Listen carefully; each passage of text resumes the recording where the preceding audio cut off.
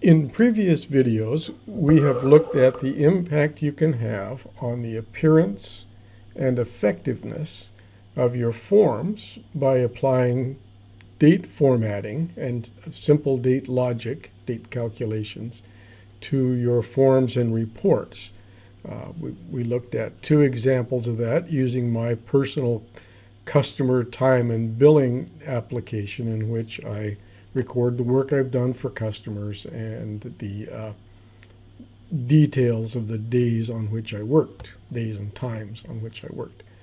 In this installment, we're going to take a different approach. We're going to look at date formatting and some date calculations, date logic, to create summaries and groups on a report for the purpose of summarizing work done.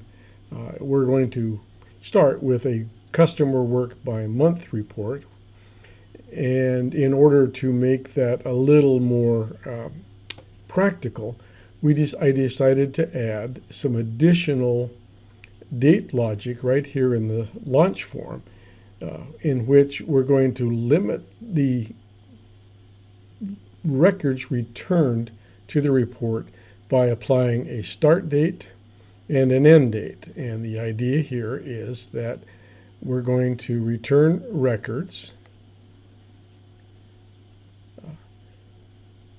which fall between the start date and the end date. Now, the way I set up the defaults here is of interest, so let's just start by looking at the defaults for those two controls.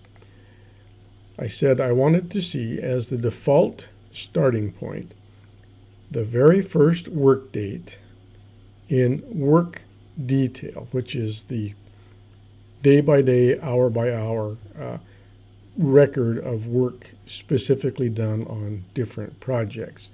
I use the date min as opposed to the domain minimum as opposed to the domain first, even though I'm working with dates in which you might think, well, I want to see the first date.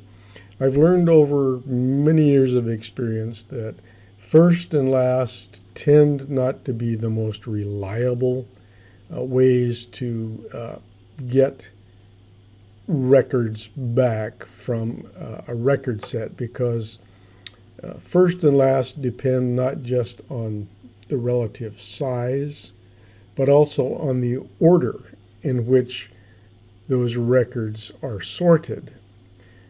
We'll go into that in a different video in more detail, but the important point here is that minimum is always going to be the smallest, regardless of how the data is sorted. So I'm going to pick as the default value for the start date the minimum work date. Then I'm going to say for the default value for the end date, we're also going to take the minimum work date, and we're going to apply the date add function to advance that from the very first, or the minimum work date, 1 month into the future. That's how the date add function works. Date add, you specify the interval. M stands for month. The number of intervals to use, we're going to use 1 because we want to see 1 full month. And then the value from which that calculation will be done. So that's how we get the start date and the end date for the defaults that we'll use in this report. Let's start by looking at what work was accomplished. And right away, we can see a problem here. I'll quickly review what we have, and then focus on that particular problem. So there's the report title, Grover Park Consulting Customer Work by Month, Client, and Work Date. The month in which the work was done, the client, work done for, and again, as I mentioned in previous videos, I obscured the names of the clients and the work done for those clients in order to protect their confidentiality. And we did the details based on the work done on this project and the day on which that work was completed. The flaw, as you may already have spotted, is that October is sorted ahead of September. That's probably not what you would want, although you could request oldest to newest or newest to oldest as a default. Either way would work. We would probably expect a report like this to start with the oldest as the first record in the report, and then October being the following month to appear next. Let's look at why that might happen and what we can do to change it. I'm going to flip to Design View, expand the report a little bit so I can see everything. And we're going to look at the record source, which is a query that I defined for the purpose of providing records to this report. And I'm going to open this query. Oh, actually, let's see if we can get it a little wider here. Okay, work month is defined as the year in which the work was done, and the month in which the work was done. So it's year of the work date, month of the work date. These are standard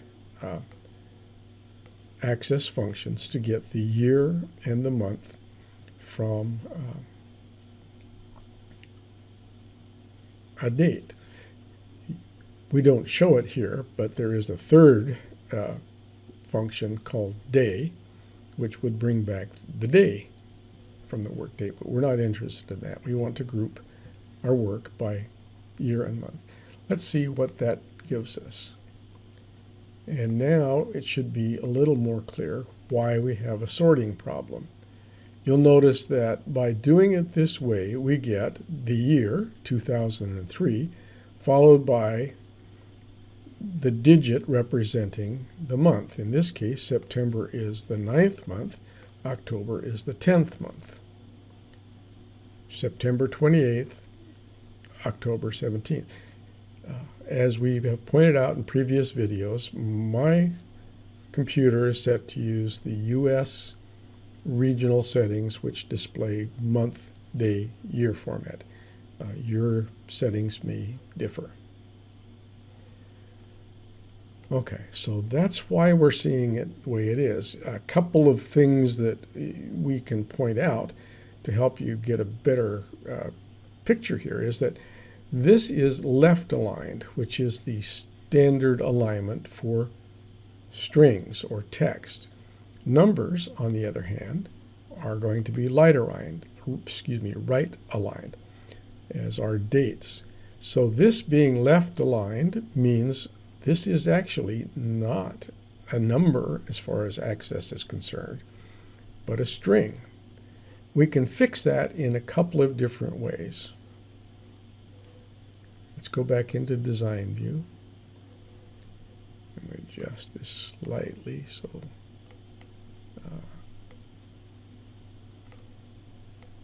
we're in full view here. There are two ways to fix that problem. I'm going to show you both, and then we will pick one to use in our report. First, I can use one of the built-in functions. It's a convert or coerce function, which is going to take this string, which results of the 4 digits from the year and the 1 or 2 digits from the date, or from the month of the date, and convert that into a long integer using the convert long function. And now you can see it immediately right aligns, indicating that now this is being recognized by Access as a number. And more importantly, because it is a number, we should see that sorting is going to work the way we want. Let's put this back into report view, and yes indeed, now we see September, the 9th month, sorting correctly ahead of October, the 10th month. Back into design view, and let's look at the other way to do that. And again, you get a little bit of adjustment on the query designer so you can actually see what we're working with. The other option, which I actually used at one place in one of the forms videos that we looked at recently, is to insert a leading zero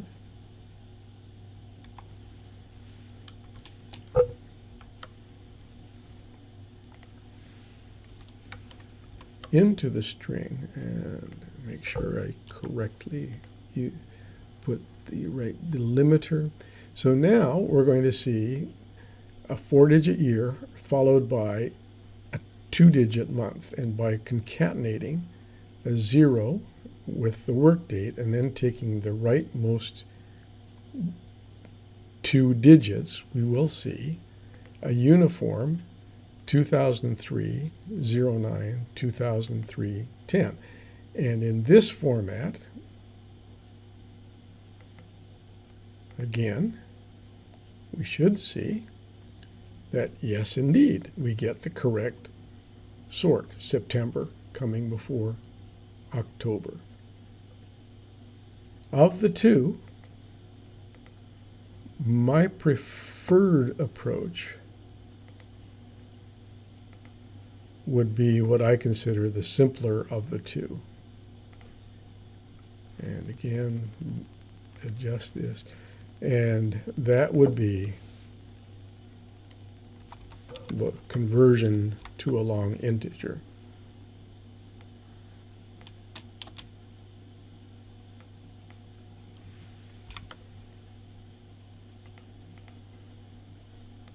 And now again, Access recognizes that we now have an integer and we're going to sort that way. Save it, put it back into print preview, and we're looking at the correct sort order. Let's flip back to design view one more time.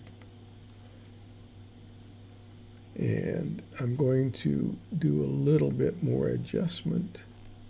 See if I can get the grouping and sorting into the frame for you to see. That should show you what we're looking for here. Okay, so now you can see that the way this is organized is the work month, which is the value we were just manipulating in the query, is going to be the first level group, work month, and it is sorted from smallest to largest, and that's why 2003-09 or 2009 as a number, 2003-10 as a number, sort into the correct order. The next level header is for the customer. Again, it's going to be sorted with A on top. And then within each customer's work, we're going to group by work date from oldest to newest. And finally, at the detail level,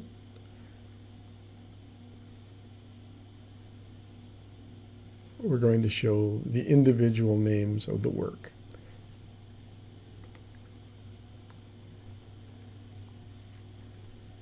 This is what we see when we do this for a month or a period of time in which only 2 work projects were completed. So let's move forward in time and pick a different date.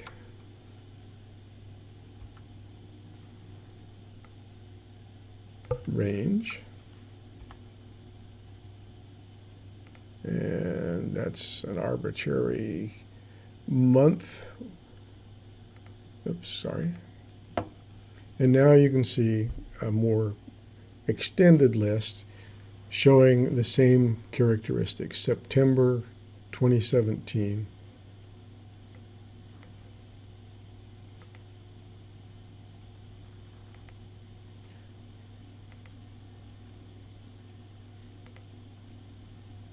October 2017. And I'm just going to fit to the window. September, October. Work done for this client by date. Work done for this client by date. Work done for this client by date. Moving into October, work date, work date. So that's a quick look at some basic interaction between date logic, other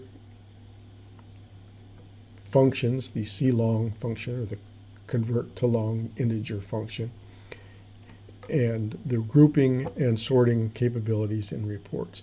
In our next video, we'll take a further look at how we use these two values to determine what